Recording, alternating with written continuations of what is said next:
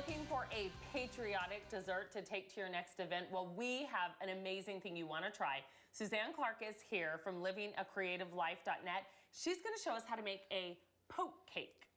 Yes, and I know that name sounds funny, but you'll understand in a couple minutes why we call it that. This is actually my version of a very traditional, kind of an old-fashioned family favorite, and I've just kind of perfected it through the years. Now, we are going to make it red, white, and blue. I love this. Where do we start? Well, we're going to start by we're just going to start with, a regular cake mix. This is not going to be hard to do. But now we're not going to follow the regular directions on the back of the box. This is what I've kind of developed through the years to make a nice white, moist cake that is really going to have a lot of flavor in it.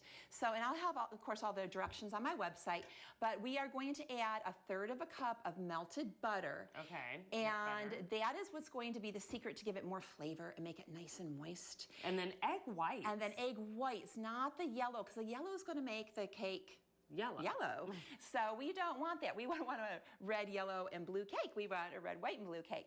So we're going to do that. I'm also going to use the Challenge butter because it doesn't have all the food coloring that cheaper brands will have. Again, that will turn your cake yellow. So we're going to mix that up. We're going to bake our cake, let it cool. And this is what we ended up with. Yes. You made two. Yes, and I'm going to take it out of the cake pan, let it cool, and then I'm going to wash out my cake pan. That's kind of important. Okay, so now you've already washed it out. You put them back in the pan. Correct, and you got to do that. Now you ready to have fun? Yeah. Okay, take your fork, and this is where the poke comes in. We are going to poke holes in our cake. Just go ahead and poke down. Now, does it have to be in a row? It doesn't have to be. You can be wild and crazy. You can make it straight, whatever you want to do. The kids will like this, right? Yes, that's what I said. Isn't this is kind of fun? Okay, so we're just going to do that, and that's going to make stripes in our cake. Oh, fun. Now, you are going to take a blue Jell-O, because we're going to do red, white, and blue, and I have the strawberry. Are you just pouring it in here? Poured it, and this is boiling water, and this is just 1 cup of boiling water. I didn't even know they had, berry blue Jell-O. Yes, and then I'm using strawberry, but you know what? I could use cherry, I could use, the fruit punch, whatever you want to use. And if you didn't want to make it red, white, and blue, you can use, any color. And then now we're just going to take this and we're going to drizzle it on top of Jell-O over a cake. I know. It sounds totally nuts. It sounds crazy. It's not going to even really taste like Jell-O when you're done, by the way. You said your grandma used to make a cake like this. Yes, she made it all the time. We had this every year. We looked forward to it so much. It was a definite family favorite. Now that was easy, right? Yeah. Okay. Now we're just going to put this into the refrigerator, which is the hard part because you have to wait 3 hours. Okay. Okay, but that is going to make this cake so incredibly moist and delicious. Okay, so we're going to put this in the fridge, and while that's cooling, you are going to make the frosting now. So what's in the frosting? Well, I love this frosting because it's really light and not too sweet.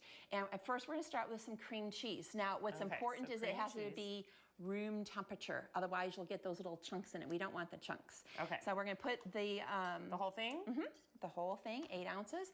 And then we're going to add 1/4 cup of powdered sugar. 1/4 cup of powdered sugar. And if you want a little sweeter, you could add more, but just go ahead and pour that in. And then we're going to take our hand mixer and we're going to give that a quick mix, make it nice and light and creamy. And then we're going to fold in. Right, there we go. And then we're going to fold in our Cool Whip, and this is going to be absolutely amazing. So you put in some Cool Whip, and then you end up with the frosting that is on the cake right now. Voila. And then because we use like the berry flavors in the cake, I wanted to decorate it with the berries and kind of give that patriotic feel. So we just went ahead and decorated it with the strawberries and I love blueberries. The blueberries. And you can just put them right here on the cake. Also, because we added that cream cheese, it makes it really easy to frost the cake. Because if you just did it with a Cool Whip, it kind of starts drooping. The cream cheese gives it a little bit more substance. And plus, it tastes good. Okay. So are you ready? Yeah. Well, are you ready to see what this is going to? One more berry. Okay. Okay. Beautiful, so now, once you cut into it, I can't. It's going to be red and blue. Yeah, and you then want to see? The white. Yeah, I do. Okay, here we go. All right.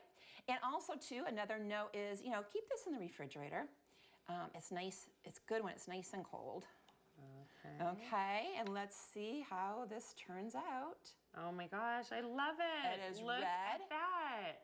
White, and blue. A red, white, and blue poke and super moist and delicious. Love it. And again, everyone, to get this recipe, just go to livingacreativelife.net.